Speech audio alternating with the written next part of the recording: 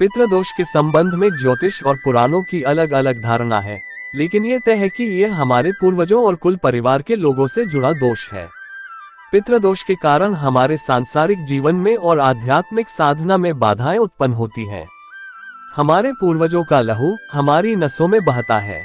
हमारे पूर्वज कई प्रकार के होते हैं, क्योंकि हम आज यहाँ जन्मे हैं तो कल कहीं और। दोस्तों, वीडियो में आगे बढ़े उसके पहले आप लोगों से नम्र निवेदन है, चैनल पर पहली बार विजिट कर रहे हैं तो चैनल को सब्सक्राइब करके घंटी के बटन को ऑल पर सेट कर ले। मित्रों, पितृदोष के कई कारण और प्रकार होते हैं। पूर्वजों के कारण वंशजों को किसी प्रकार का कष्ट ही पितृदोष माना गया है, ऐसा नहीं है। और भी कई कारणों से ये दोष प्रकट होता है। इसे पितृ ऋण भी कह सकते हैं। आइए जानते हैं कि पितृदोष और ऋण क्या होता है। जानकारी में ही समाधान छुपा होता है। ज्योतिष के अनुसार पितृदोष और पितृ ऋण से पीड़ित कुंडली शापित कुंडली कही जाती है। ऐसे व्यक्ति अपने मातृपक्ष अर्थात माता के अतिरिक्त मामा मामी, मौसा मौसी, नाना नानी तथा पितृपक्ष अर्थात दादा दादी, चाचा चाची, ताऊ ताए आदि को कष्ट व दुख देता है और उनकी अवहेलना व तिरस्कार करता है। जन्म पत्री में यदि सूर्य पर शनि राहु केतु की दृष्टि या युति द्वारा प्रभाव हो तो जातक की कुंडली में पितृ ऋण की स्थिति मानी जाती है। इसके अलावा भी अन्य कई स्थितियां होती है। हालांकि इसके अलावा व्यक्ति अपने कर्मों से भी पितृदोष निर्मित कर लेता है। विद्वानों ने पितृदोष का संबंध बृहस्पति से बताया है।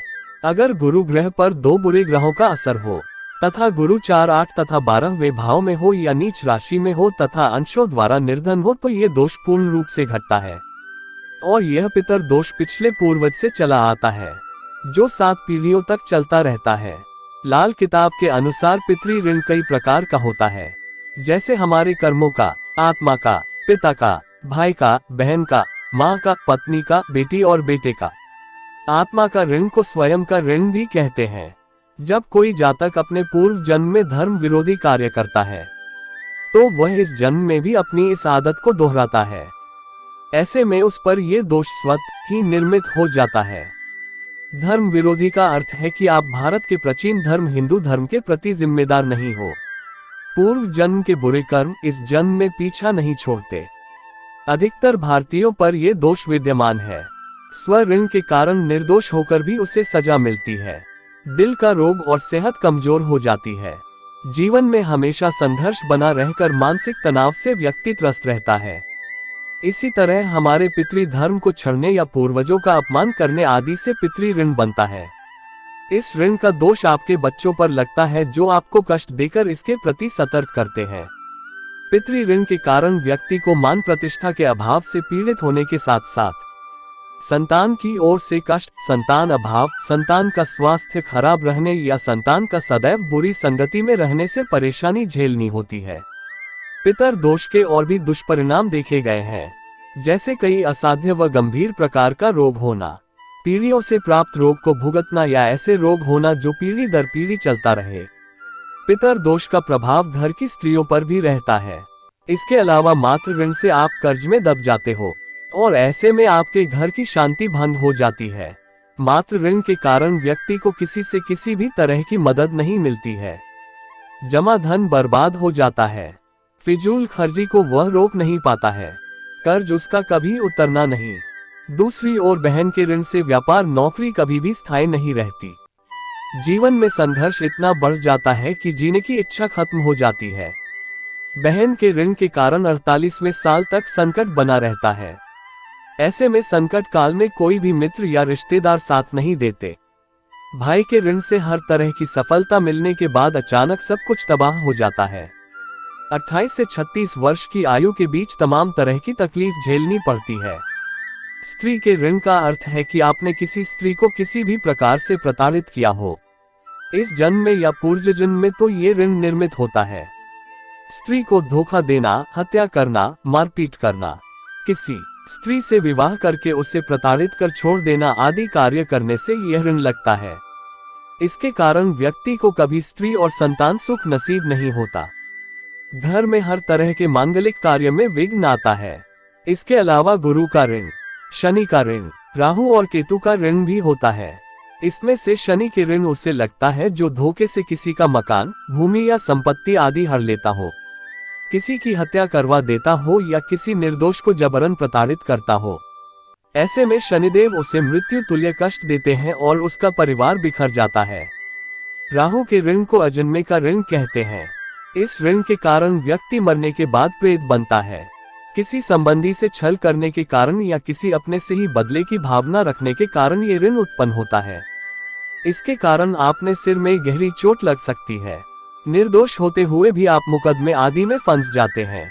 बच्चों को इससे कष्ट होता है। इसी तरह केतु के ऋण अनुसार संतान का जन्म मुश्किल से होता है और यदि हो भी जाता है तो वह हमेशा बीमार रहता है। यदि आपने किसी कुत्ते को मारा हो तो भी यह ऋण लगता है। ब्रह्मा ऋण, पितृ ऋण या दोष के अलावा एक ब्रह्मा दोष भी होता है। इसे भी पितृ के अंतर्गत ही माना जा सकता है।